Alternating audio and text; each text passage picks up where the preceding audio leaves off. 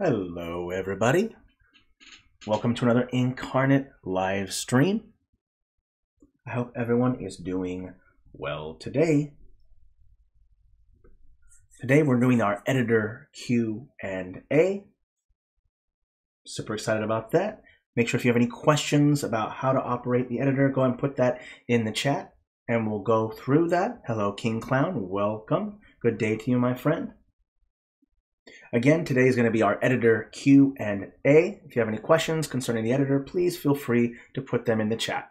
Any questions concerning things like your account information, data, stuff like that, please refrain from asking that question here. You want to keep your data safe. If you do need to ask a question with our support, if you go into the top left corner, you're going to notice that there's a help and chat support in the hamburger menu in the top left. You click that and you just go ahead and send us a message, and to close it out, just click the yellow button like that, okay? So that's how you go ahead and go to our internal support. So go there if you have any questions, problems with your account, card data, anything like that, and we will be available to help you. Okay, let's go ahead and set things up. Just do some quick announcements. If you don't know already, we went ahead and released Babylonian pack for the fantasy regional style. Babylonian pack is primo. It's absolutely beautiful. Go check it out. That's for the fantasy regional style. I think we also did a live stream yesterday for that, so go ahead and check through our videos and you'll find that there. Okay, awesome. Yes, I agree, the Babylonian stuff is just beautiful. Awesome. Again, for those of you who just walked in, feel free to ask any questions that you might have about the editor. Again, leave any questions concerning your account information for our support team. All right, so I'm gonna sit here and just let people ask some questions. If questions don't pop up, then I'll start going through like a general review of the editor. And that way we have at least some kind of general review of the editor up so people can see it. No questions so far. Well, let's just do a real quick review of the editor for any new people who are probably going to be tuning in for this now and later. So first things first, you're going to notice at the top, you're going to see a series of options. You're going to have your hamburger menu, which is going to have a series of options, edit map details. There's shortcut keys right here. You'll see on the side. There's save as a clone, great to use. The resize feature, export as image, save offline backup, recovery, what's new, FAQ, help, and you can return to your maps. It's okay if you can't think of any questions, that's okay. Don't worry, we're going to do this quick review. You're going to also notice that there's a redo or undo and redo buttons. There's also a history. If I do something on the editor, if I place something on the editor like that, you'll notice in your history, it's going to be right here, okay? And you can undo and redo with these buttons. Let's go ahead and see if there's some questions here. I'm pretty sure when I created my map, I mucked the scale way up. Is there a way to mass adjust scale, or is it object by object? Mass adjust scale. You mean every single thing on the map? So let's say if I put like a whole bunch of, just put some random stuff on the map. Is it very specific things? Setia Ariel, I'm sorry if I fumble through that. Yes, all things. I apologize.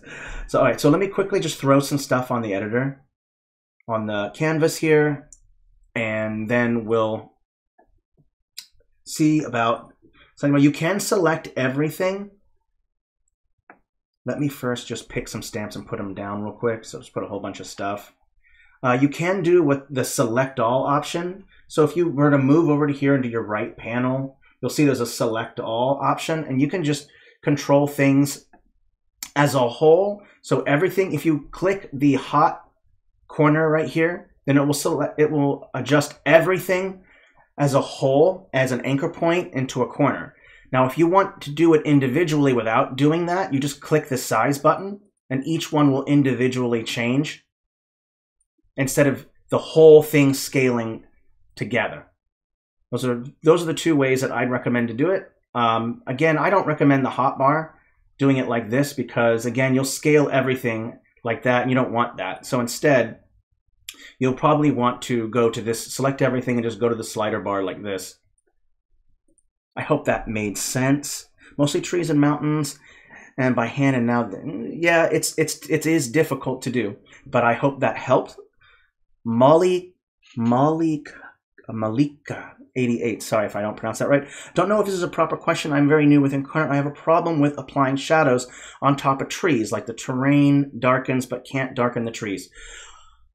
Okay, so when darkening trees, my personal suggestion would be to use the path tool. Now, are you using, Molly, are you using the free version or the pro version? Just real quick to make sure, because I don't want to give you a solution in the pro tool if you're doing it in the free version. In the free version, I'm not so sure. Pro version, perfect. Let's quickly go into that, and let me set up something, and you let me know if this is correct.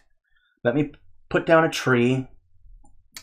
So let's say that you want to put down a tree like this, and you want the shadow of another tree to be on that tree. Is that what you're saying? Just want to make sure that I have that right, because I don't want to do it, make that mistake, because there's a couple ways to do about shadows.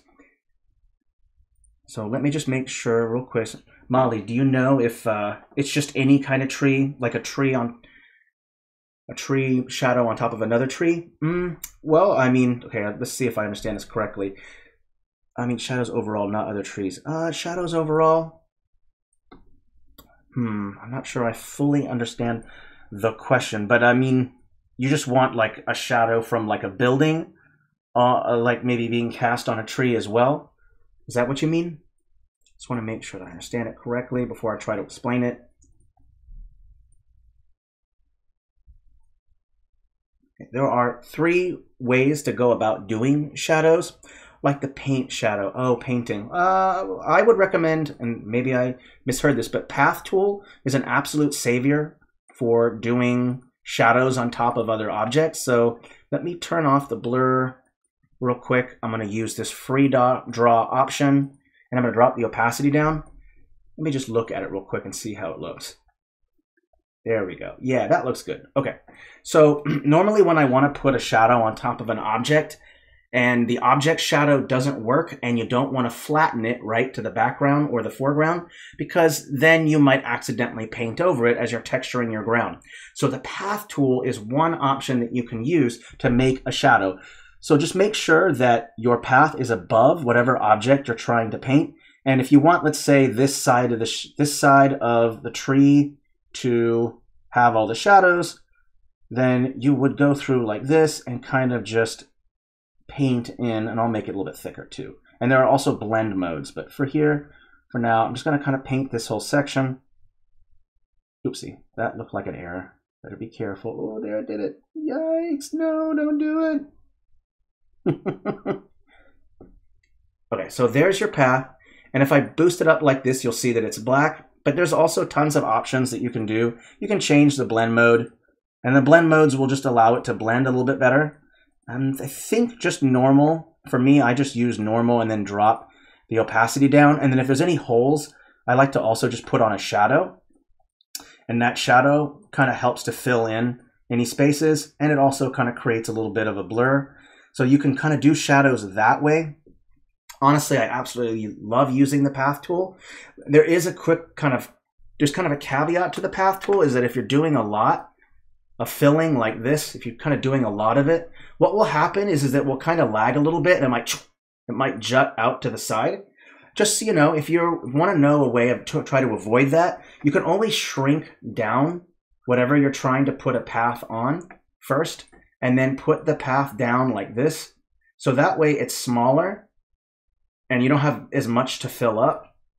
And then all you have to do is just select both of them, and then it will scale, the path will scale up with the tree. So that would be my suggestion for that. Let me go through the questions and make sure there's nothing else I missed. 1 second. 1 moment. Is it possible to change the hue of everything inside a group? And I want to make sure that Philip already answered that question. Okay, I just want to make sure. The blur function is awesome for shadows. Absolutely. I totally agree. Absolutely. Let's say, while we're on the topic of shadows, let's go ahead and do another shadow option that I like to use. You can actually use objects as shadows as well. So if you wanted to create, let's say you have a tree right here, and then you wanted to put another tree down as an object. I'm just going to give an example of what Becca just said. So 1 second while I go to Fantasy Regional HD. I'm going to go ahead and pick out a tree, and I'm going to use it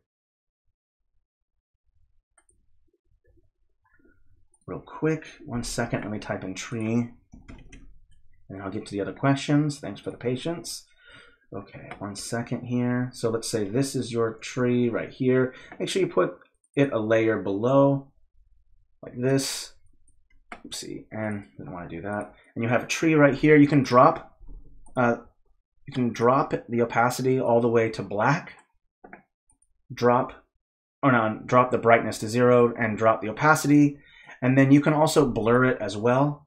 So if you blur it like that, you'll see there's a nice blur there. And so it kind of looks like the shadow of the tree. And you can put it at any angle that you want, but you have to also be mindful of the shadow right here. I do know that when you drop down the opacity of Fantasy Regional stamps, at one point the shadow will disappear because the shadow's at like 25% opacity. So the more that you drop it down, the more that shadow will disappear. So you can go like this, and if you feel it's not long enough, you can always go to the transform tool and just increase the height like this if you want a more elongated shadow. And just keep that blur on. And that's how you do objects as shadows. Okay, let's check other questions. Oh yeah, absolutely. Pro tip, blur works wonders. Absolutely, with the path tool as well. Blur works great, absolutely agree. 2 weeks, yeah. Oh yeah, we haven't been streaming very long, unfortunately, Panda. We just started on Twitch, but hey, we're gonna be doing this like twice a week. Every week, so that's super exciting. So get ready for a heck of a lot more streams to come. So I'm super excited about that. Let's keep going with questions. If a question doesn't pop up, then I'll probably just throw in a couple pro tips in the editor for people to have. And if I missed any questions, let me know. What about underwater objects like stones or fish? What tool to use there? Well, I would just use a stamp for that. So let me do a quick example of underwater. I also have a guide for this as well. And I will share that in the link a little bit later. First, let's go ahead and put down some basic water like this on the canvas. I'm going to press enter. So this should be a nice thing of water right here. Next, you're going to want to type in fish, and I'm going to go to Fantasy Regional HD, or I'm sorry, not regional, battle map. And if I type in fish, there should be a bunch of options. So let me take a look. I'm going to expand all. There we go. So let's say that we have this fish. And I'll also do a stone as well. But the options work the same in my opinion. First, let's go stone. 1 second. I absolutely love this trick, and I like to share it with people as much as possible. Let's go with a rock underwater like this. All right. Diana, I will get to your question in just a moment. Let me first just do this. So with these, you can, I'm going to turn the shadow off for now. You go to normal, or I'm sorry, you go to the blend mode, and it's already set to normal. Go to luminosity, and it will change that to whatever the color of the background of the FG. So since this is brown, this texture is brown, the fish is going to pick up that texture. If I put it in the water, it's going to pick it up. Now, if you don't want to lose the color, then just drop the opacity a little bit, and you can also blur it as well because fish move, and so expect a little bit of blurring. And then again, just drop that opacity, and it will make it look like it's underwater. Me personally, I don't generally do that. I like to use luminosity personally. So that's step one. You can also do this as well. Let's say that you want your fish, you're in shallow water, and you want the fish to have a shadow. Just go to object like this and push that shadow as far away as possible. And it will make it look like the fish is just swimming right above the floor of the water. So that casts a little shadow, and that's kind of nice. It's the same thing with this one. Now, if you don't since there's not a rock isn't moving, you don't have to add a blur that you can't, or you can. You can also, there is a lack of oxygen under the water, and so that has a blurring effect when you look at stuff above the water, unless you have some kind of goggles or in the water. So let's drop the contrast a little bit, and by doing that, it kind of gives it more, a little bit more blur on top of that blur filter, like that. So this is how I do underwater stuff. It works for me every time. Blend mode, luminosity, and then you can change the contrast, brightness to kind of make it look more like it's underwater. And of course, you can also put some waves on top of it, so that way you can show another layer, because the waves are on the surface of the water and the fish are below the water as well as the rock. Okay, so that would be my suggestion for that. I really hope that helped. Let's go ahead and keep going through our questions. Diana Dubell. Is it possible to add objects to an existing group? I feel like there should be, but I haven't found it. Very new. Okay, so this one's pretty easy. When you want to add an object to a group, first let's make a group. All you have to really do is just to open up the group. So let's just say there's a bunch right here. I'm going to select them all. I'm going to group them with the group key. You have to just open up the group. And there are a couple options. You can go to edit group, which is in the hamburger menu, or just double click it. Honestly, I hope we remove that double click, because all the time I accidentally will open up a group when I didn't want to. So hopefully we'll be doing some cosmetic changes to this feature so that it'll be a little bit easier and a little less unruly. But for now, all you would have to do is just open up the group and then just go to the stamp tool and then put stuff inside of it. And you'll notice that it's within a group, because you're going to see this yellow dotted line and it's going to expand. Watch if I put this fish right here. You'll notice that this line expands further out. That's more and more. And groups are really awesome because you can do an infinite number of layers with groups. Well, not infinite, but very close. So let's say that you already have a bunch of stuff on layer 4 and you want to stack even more. Group, group, group, group, group, and you can keep stacking things on top of each other. So if you're limited by the 11 layers, that's -5, to 0 to +5, it's 11 layers. If you find yourself limited by that 11 layers, grouping is the way to do that. So that way you can have quite a bit more layers than just 11. Just a heads up there. Let's keep going through the questions. I'm sure it's been asked a million times, are any plans for sci-fi assets? Well, normally I don't really want to answer questions like this. This is more editor related, but let's just say that we have something in mind. I know that was already answered by Philip, but I just want to say, yeah, we have it in mind. Awesome. Glad to know I'm not the only accidental double clicker. Oh, there's so many double clickers. If I drop an object outside the group, though, can I add it to the existing group? Yep. So the way that would work is just copy and paste it. So normally what I do when I have something that I miss, so let's say I put a bunch together and then I group them, and then I accidentally I missed one, like I missed this one inside this group. My suggestion would be to just copy paste with shortcut keys. So it's going to be Control C and then open up this and then Control V and then boom, put it in like that. Unfortunately, there's no way to just drag and then drop something into a group yet, though that's a pretty cool feature, but that's not what we have. So I normally just copy, paste, copy, open up the group, paste into the group. That's really about as simple as it is. Let's keep going with some questions here. Awesome. Sweet. I love all these questions. Keep asking them because I know other people are going to have these same questions as well. Yes, awesome, Diana. Yeah, feel free to ask as many questions you want. Don't worry about whether it's a noob question because, hey, that's what this Q&A is for. It's to help people who are just not proficient with the tool or not familiar with it enough. That's our job. That's what this stream is all about, is to familiarize yourself with the tool and how to do things. Because, yeah, you look at all the options that there is and you'll notice there's quite a bit, and this can be overwhelming. So if you have questions about some of the UI, that means the user interface, hey, go ahead, kick down the door, ask that question, and we'll do it, all right? Don't be nervous. There are no dumb questions in an editor Q&A. So feel free to ask. All right, where are we at for time? We've been in 19 minutes.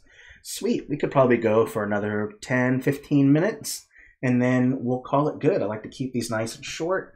And when this is over, I'm just going to upload this straight to YouTube. Ah, awesome. Thank you, Philip. Awesome. If there are no other questions, I'm going to go ahead and just continue going through kind of an editor review. So we went through the history here, and there's also these select options. And I can tell you right now that select option is fantastic, especially if you have a very densely populated map and you only want to select the text, and you keep accidentally selecting the mountain or the trees or whatever. You can just go to the select all, turn off all the selection, and just select that T. And what that will do is will only select text on your map and instead of everything else. So this select option is super helpful. You maybe only want to select objects. You maybe only want to select text, paths, groups, and this one's super awesome, enable layer selection filter, which means that it's only going to pick up objects that are on from this layer to that layer. So that selection thing is super helpful. Again, if you have a densely populated map, this selection options is going to be extremely helpful. So kind of remember that. Let's go ahead and move over to the left bar, and you're going to see a selection tool, which you can just select with the V key. Not complicated. It's just for selecting things. The mask tool, M key. The mask tool is not complex. There's just an add mode and a subtract mode. And these are primarily used for land, but you don't have to use them for that. That's just normally what they're used for. There's a lot of different options though. And there's a lot of different ways to work the mask tool with all the various shapes. So go and explore and check that out. There's also the brush tool. Go check that out. I think the shortcut key is B. Yes, it is. And you're going to open up the catalog right here. Some people kind of get lost. Like, how do I open up the catalog? Just hit the thumbnail. Oh yeah, King. Heck yeah. That's selection option with the selection tool with the V key. It's absolutely ridiculously helpful. I've made so many world maps and I just wanted to select the text and just kind of change it or move it, and I accidentally selected like 15 POIs or a clipping mask or whatever, and it just drove me utterly bonkers. So hey, now also with the brush tool, don't forget that there's color options. This is kind of a pro feature, but check out color, extremely helpful. And then also, don't forget about your stamp tool. And I think you have to hit the O key for this one, and you just click this icon to open up the catalog. You can also press that F key.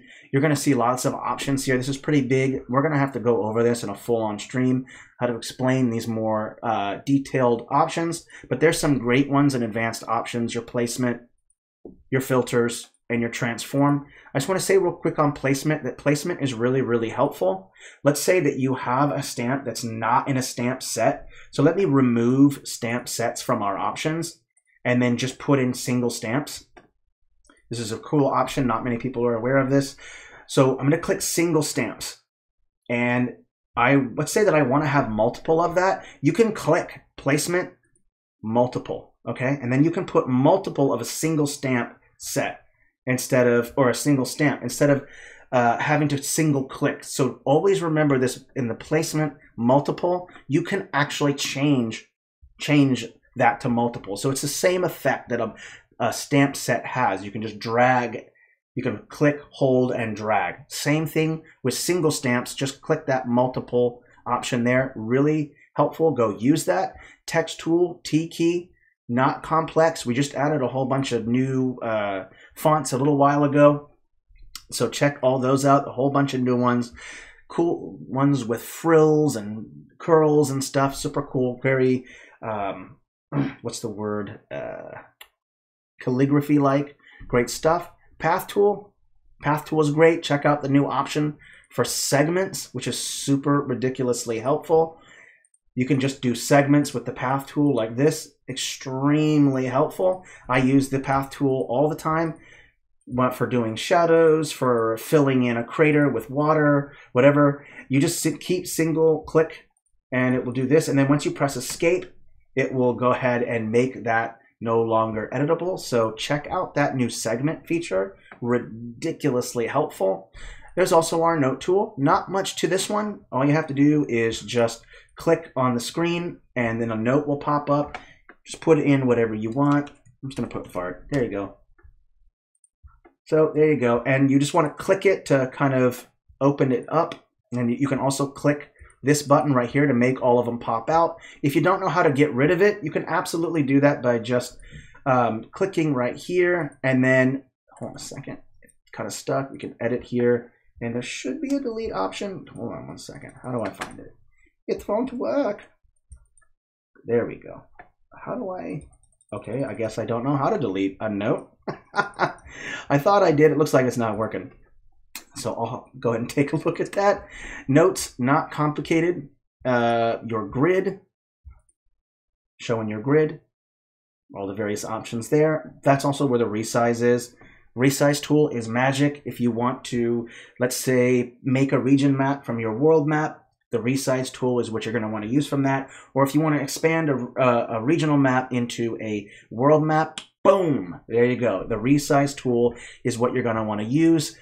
One of the last tools is the filter tool. Filter tool is magic. All I can tell you is that use filters option. If you have a machine that can handle it, use your filters. There are 3 types. Color filters. These are the original filters that came with the tool a while ago before we kind of added new features. There's texture filters, and there's also HSBC, and of course brand new tilt shift and blur. And I'll go ahead and show you a little bit about tilt shift and blur. Tilt shift is amazing. It's just going to blur. This is set to linear, and you can change your blur sizes by just going to blur size right here and changing it. Now, I would recommend when using blur filters of any kind that you absolutely make your map in advance. It's not as easy as just applying a blur filter to any map that you create, because the blur filter might skew or blur like an area that you want to be focused. So this tilt shift, this blur filters are something that you're going to want to plan your map in advance before you decide to apply the filter. There's also a radial option, which means it will only have the sharpening effect in the center, and you can just change that blur size. That one's great. And then also there's one other blur option. I think it's just straight blur. And the blur is awesome in my mind if you're trying to do a couple things. For starters, let's say that you want your water to be blurred because water is moving, right? If you're ever taking a photograph of water, you'll notice that the water's, especially when it's moving pretty quickly, or if you're doing like a time lapse, whatever, water's kind of blurry, right? So you want your water to be blurry by using this blur option. And what I normally do is I set the blur filter to a certain layer. And then when I'm making land, I put clipping masks on top above the blur layer, so that let's say I have an island, or I have some land and I don't want that to be blurred. Put some clipping stamps or clipping masks on top of that. And in that way, only your water will be blurred, and that looks really great. And let's see, there are a couple things I really want to show to people because I feel like there's some other questions people have asked me in the past. I also want to show real quick what a clipping mask is, because not everyone's familiar with them, and it's actually kind of hard to find them because some people are like, well, I don't know where that is. If you type in clipping mask in the search field, you're not going to find it that way. You have to type in edge or soft because that's just the way they're labeled. Maybe we can change that. Let me quickly go into the catalog here. Oops. Oh, none of them are showing up. So I think I need to refresh the page real quick. We're just going to go ahead and reload it. One moment. You should generally save and refresh your page. Save and refresh, after, several hundred changes, and then after you've been working on a map for like maybe 20, 30 minutes, an hour, you should probably save and refresh because old data can occur. So it always helps to refresh the page from time to time. First, I'm going to go ahead and explain clipping masks because people have been asking for it. I know no one's mentioning it in the chat, but I'm going to mention it anyway, because I know there are people who aren't watching who might be asking this question.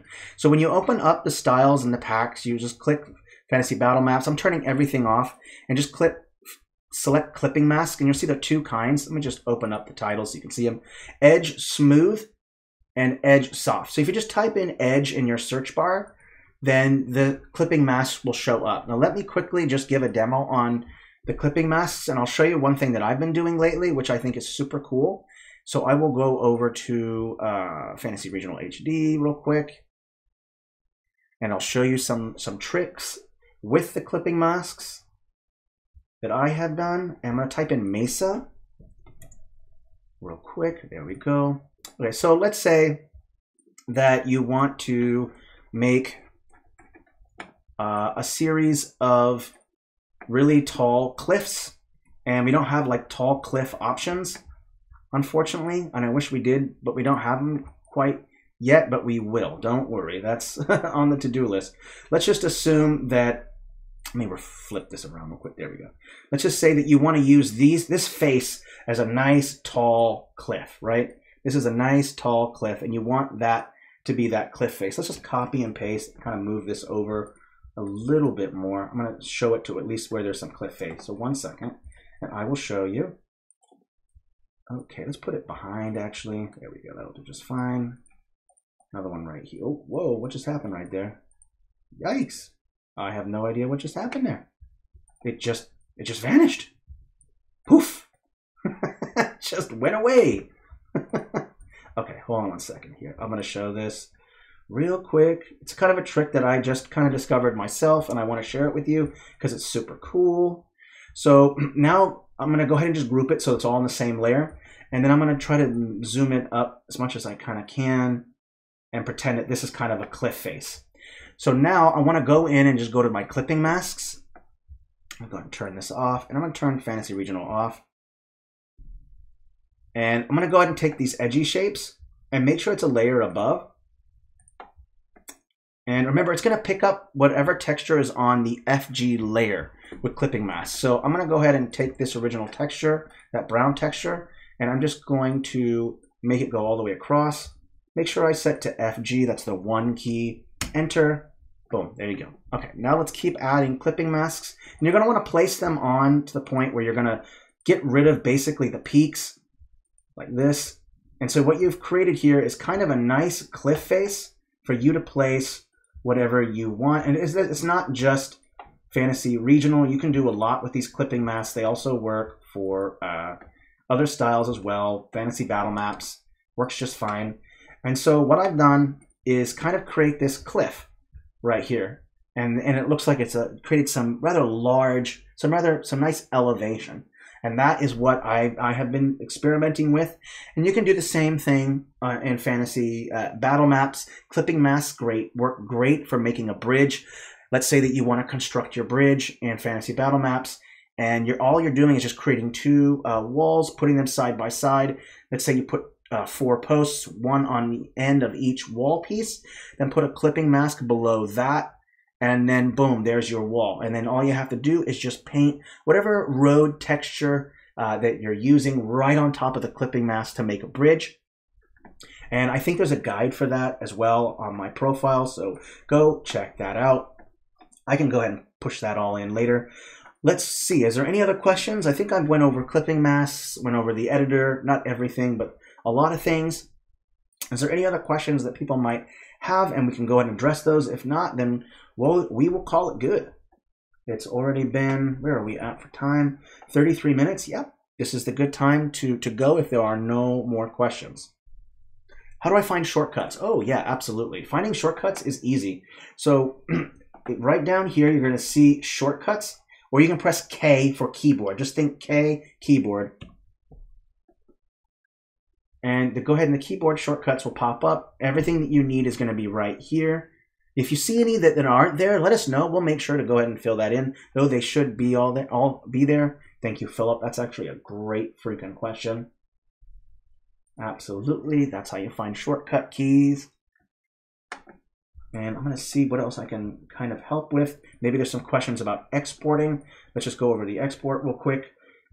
Whatever your image is opened in, so 3K, 2K, 1K, that's going to be the default resolution that it's going to be exported at. If you want to go at a higher resolution, just click this toggle HD export. Remember, it's experimental, and let's go ahead and go over it real quick. Remember, it's experimental, so it might not work. This feature does require a lot of RAM and video memory, and may not work well with all systems. So just kind of go over that.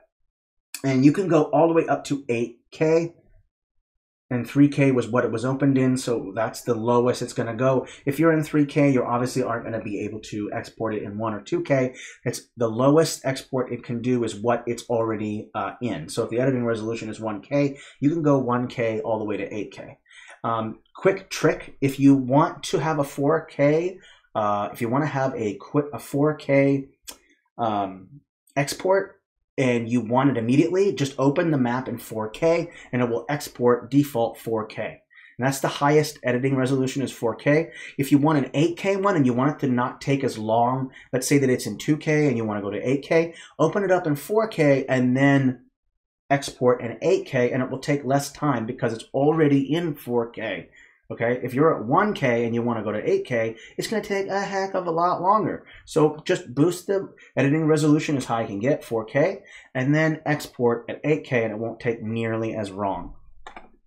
Someday I will remember all the shortcuts. No, you know what? I don't even think I use all the shortcuts. All right. Been having trouble with 3 and 4K lately, since yesterday actually. Uh-oh, that's not good. Well, you know where to go. Go over to our customer support and we will go over that. I have been noticing some issues as well, especially with Windows. So I will have to do some more testing and check that out. Is there any more questions before we call it good? Please let me know and we will answer those questions. If not, then we'll call it good. A nice and easy short stream. Fantastic. I hope people got all their questions answered because that's what this stream is for. Awesome. Yeah, you know what? I think I will. I think I will have a good lunch. All right. Well, since there's no other questions, I am going to take off. Thank you, everybody, for being here. It has been awesome.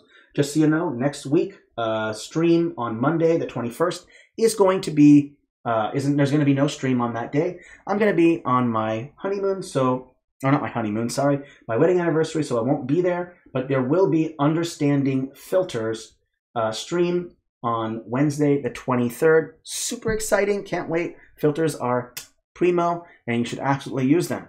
All right, thank you, everybody. Have a great day. Please stay safe and healthy. Merry map making, everybody.